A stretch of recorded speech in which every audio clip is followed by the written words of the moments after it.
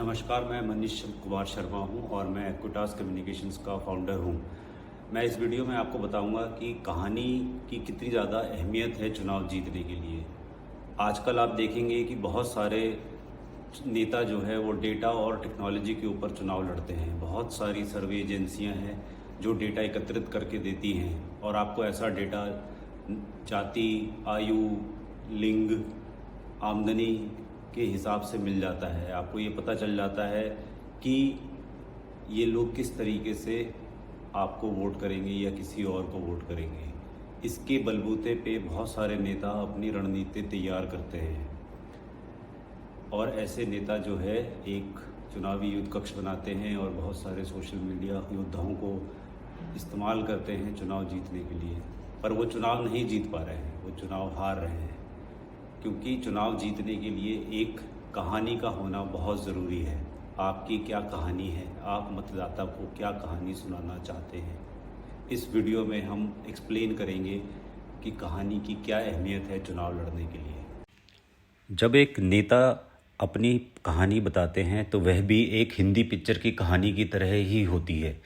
इस कहानी में भी अगर आप देखें तो एक खतरा होता है या एक मौका होता है और उसमें एक डर होता है या उम्मीद होती है, एक पीड़ित होता है, एक विलन, एक समाधान और एक हीरो। ऐसी ही एक कहानी ममता बनर्जी ने पश्चिम बंगाल में रची। पश्चिम बंगाल में ममता बनर्जी कमज़ोर विकेट पे थी। उनके साथी और सलाहकार पार्टी छोड़कर जा रहे थे और उनके रणनीतिकार प्रशांत किशोर उनसे कह रहे थे कि वो लड़ाकू ना हों और मोदी शाह की जोड़ी पर हमला करने से दूर रहें। अब अगर ममता दीदी कुछ भी हैं तो वह एक योद्धा हैं, एक जुझारू सड़क सेनानी हैं। वह वही हैं, वही उनका व्यक्तित्व है, इसीलिए लोग उन्हें पसंद करते हैं। जब तक वे लड़ती रहती हैं और दुनिया के खिलाफ एक पीड़ित के रूप में देखी जाती हैं, वे जीतती रहती हैं। असली या नकली, उन पर हुए हमले ने जिसमें उनकी टांग टूट गई, उन्हें वह अवसर दिया जिसकी वे तलाश कर रही थी। उन्हें बेचारी की भूमिका निभाने का मौका। मोदी शाह की जोड़ी द्वारा अपमानित एक महिला, प्लास्टर चढ़ा, व्हीलचेयर निकला और उन्होंने वह भूमिका निभाई जो उन्होंने वर्षों से परफेक्ट किया है, एक पीड़ित। उन्होंने ये कहानी गढ़ी कि अगर भाजपा बंगाल पर शासन करेगी तो हिंसा आम हो जाएगी और महिलाएं सुरक्षित नहीं रहेंगी। जय श्री राम, जय माँ दुर्गा के लिए खतरा था। महिलाओं ने बाहर आकर उनके पक्ष में भारी तादाद में वोट किया। आप विवरण में जा सकते हैं और सभी विश्लेषण कर सकते हैं, लेकिन ये किसी काम का न होगा। वह सरकार ही थी और फिर भी उन्होंने खुद को विपक्ष के रूप में चित्रित किया। कहानी उनकी थी, एक अबला जो बाहुबलियों के खिलाफ लड़ रही हैं और बाकी सभी के पास इसका कोई जवाब नहीं था।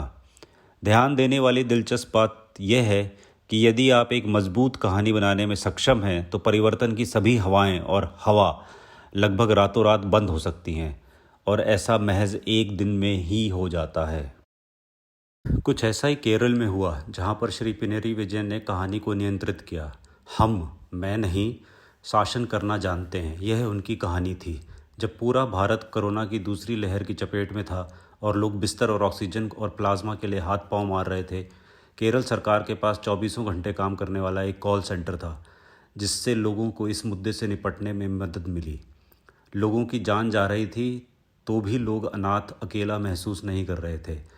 सुशासन कहानी बन गया और चूंकि विपक्ष के पास कोई नेतृत्व नहीं था, कोई वापसी नहीं, कोई जवाब नहीं, कुछ भी नहीं, पिनेरी विजयन जीत गए।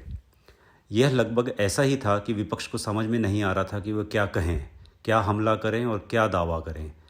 एक साधारण व्यक्ति ने 2/3 बहुमत से जीत हासिल की और 40 से अधिक वर्षों में केरल के पहले ऐसे मुख्यमंत्री बने जो हारे नहीं।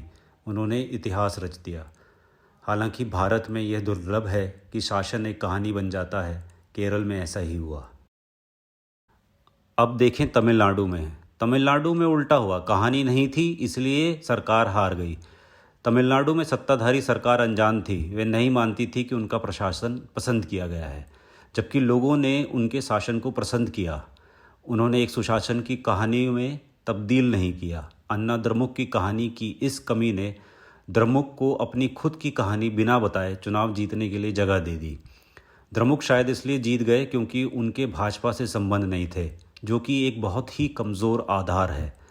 अगर अन्ना द्रमुक ने 10 साल तक सत्ता में रहने और अपने करिश्माई नेता सुश्री जयललिता के बीच न होते हुए भी सुशासन देने की काबिलियत की कहानी बनाने के लिए कड़ी मेहनत की होती तो वो चुनाव जीत जाते। मतदाताओं ने उन्हें गैर करिश्माई होने पर भी कुशल शासक के रूप में देखा, लेकिन उन्होंने एक कहानी नहीं बनाने में गलती की और इसकी कीमत चुकाई। गौरतलब बात यह है कि अन्ना द्रमुक ने उम्मीद से ज़्यादा सीटें जीती और अगर अच्छी कहानी बनाई होती तो शायद चुनाव भी जीत जाते। हम आपके लिए जीतने वाली एक कहानी बनाने में सहायता कर सकते हैं। अधिक जानकारी के लिए हमसे संपर्क करें।